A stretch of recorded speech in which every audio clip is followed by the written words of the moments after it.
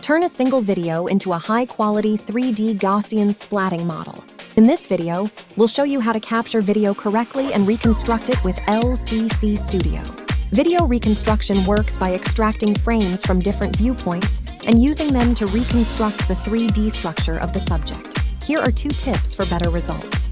First, move slowly around the subject, completing 2 to 3 full orbits while capturing it from multiple angles. Second, record one continuous take. Avoid pausing or stitching multiple clips together.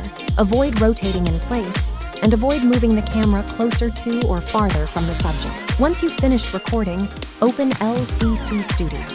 Click Create, then select Video Reconstruction. Upload your video.